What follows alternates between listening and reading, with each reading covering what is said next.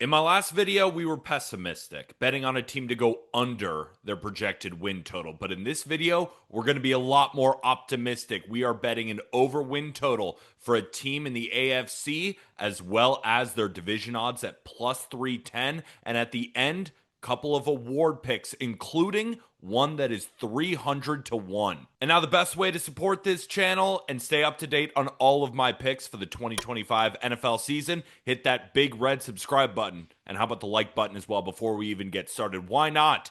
And leave a comment down below. You need any help on any 2025 NFL futures?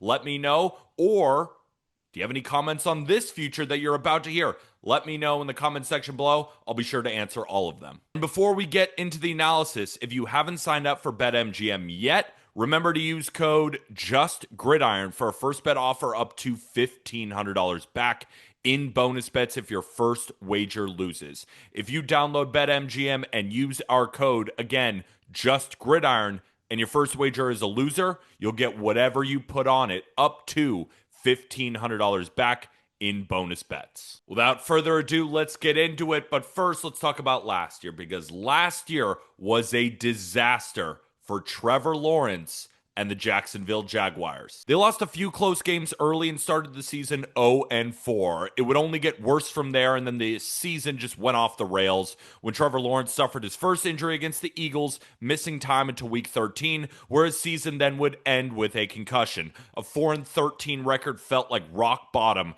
as the Jags had finished 9-8 over the previous two seasons. Trevor Lawrence enters his fifth year with his third coaching staff, but he has the pieces around him to deliver on his prospect status. Liam Cohen comes in from Tampa Bay, where he coordinated one of the most efficient offenses in football. We're betting on Cohen's ability to unlock the best of Trevor Lawrence, similar to what he did with Baker Mayfield. With Cohen at the helm, Baker had the best season of his career, going from a solid quarterback to an MVP candidate. He set a career high with 41 passing touchdowns and 4,500 passing yards. Now, I'm not expecting this type of season from Trevor Lawrence, but he has the ingredients to get close to it. While Lawrence's talent, I think, is undeniable, systemic issues, 3 coaching staffs in 5 years, inconsistent offensive design, and an average, at best, offensive line has really limited his growth.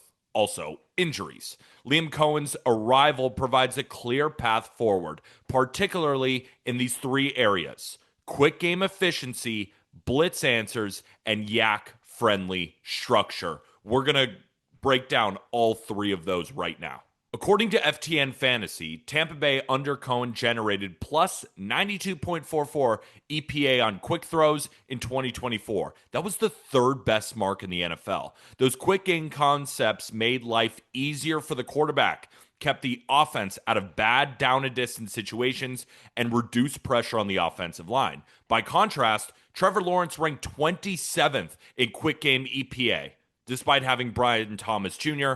as a weapon. Without cheap completions, the Jaguars often found themselves in 3rd and long situations, a death sentence for an offense with a weak run game. Cohen's structure offers a solution that creates separation and yards after the catch opportunities. This is a floor-raising element the Jaguars desperately need, a way to build rhythm, stay efficient, and complement the ceiling-raising explosiveness of Brian Thomas Jr.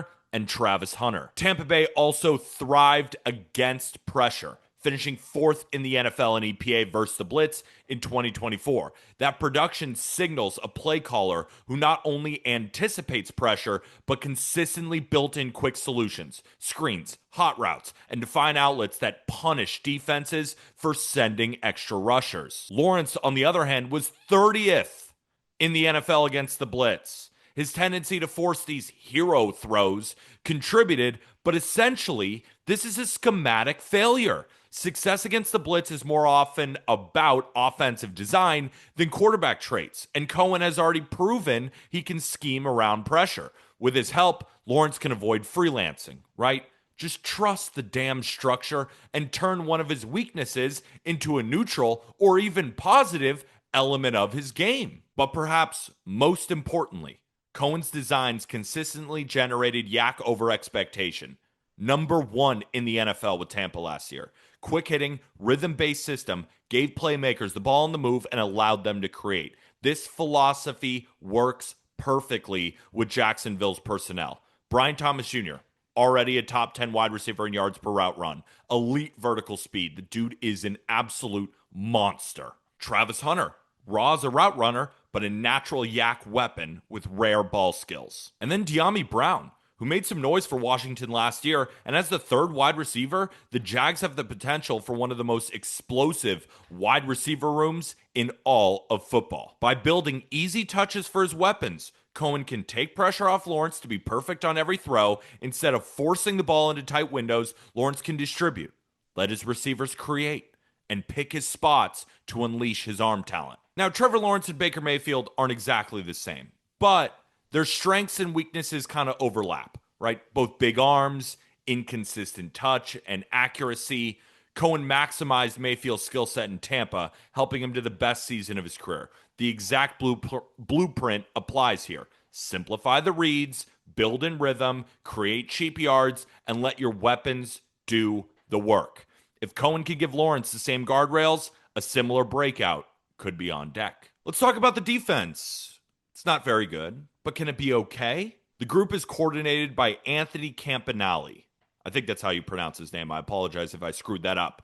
But what I do know is most recently was the defensive run game coordinator in Green Bay. Green Bay deployed a lot of single high looks that encouraged their front four players to aggressively get up the field. That kind of defense paired with Jacksonville's defensive line talent and man coverage ability of a player like Tyson Campbell could be an interesting pairing. Now, Devin Lloyd is in his fourth year and has not lived up to the first round billing, but he is best utilized as a blitzer, which he can use his athleticism to run and pursue. One of the most important considerations for Jacksonville's 2025 defense is we have to remember the bar is on the floor. They were by any measure a bottom three unit defensively in 2024. While many of the parts are the same, they are healthier and with the new staff could push closer to middle of the pack defensively. A better offense can help the defense, as no defense spent more time on the field last year than the Jaguars. You'll likely see a much more rejuvenated unit where they aren't huffing and puffing and running back on the field after a consistent 3 and out. Defensively, the Jaguars don't need to make a massive leap to justify my optimism.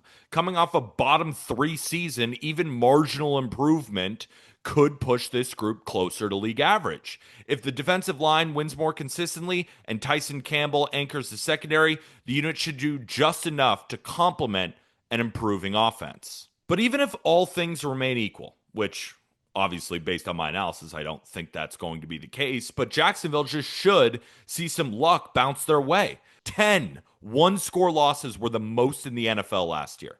With a new coach and culture change, we should see better results in tight games. It also helps that Jacksonville has one of the easiest projected schedules in 2025. Our model gives Jacksonville a 68.4% chance to go over 7.5 wins compared to the market break-even price of 52.4%. Represents a meaningful edge and justifies a 2.2 unit position on the Jaguars over 7.5 wins. Additionally, while Houston is priced as the clear division favorite, our numbers suggest that Jacksonville has a close to 47% chance of winning the AFC South, which is well above the implied probability of a line at plus 310. This warrants a 0.8 unit position on the Jaguars at plus 310 to win the AFC South, to round out a total of 3 units risked on the Jacksonville Jaguars. Now for the award picks. You guys know me. You can see the background. I'm a baseball fan at heart. So if there's an opportunity to bet on a two-way player, I'm going to do it. There is an element also that I firmly believe, if he is able to do it, I think it's going to be this season. The body is the freshest. It'll never be this fresh, right? After a full season of potentially playing both sides, we'll see how his body adjusts. But right now, if you want to bet on Travis Hunter upside, which I certainly do, I think that this season, his rookie season, is the year to do it. So I sprinkled, again, little sprinkles. Little sprinkles ain't going to hurt anybody. Offensive rookie of the year. Defensive rookie of the year. And sue me. 300-1 to win MVP. Think about it.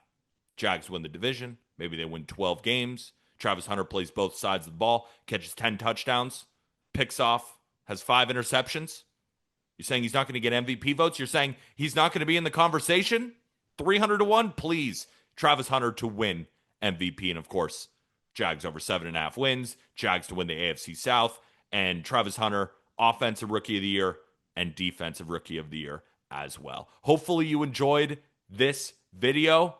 I know I did. I'm very excited for the 2025 NFL season. Might have another futures video coming out, not sure yet, but what we do know is that Thursday Night Football, Sunday, for the rest of the season, my picks are going to be on this channel. So hopefully you subscribe, hit the like button, comment anything you want. I'll be down there in the comment section answering all of your guys' questions. The only thing that we have to remember is it's not gambling advice.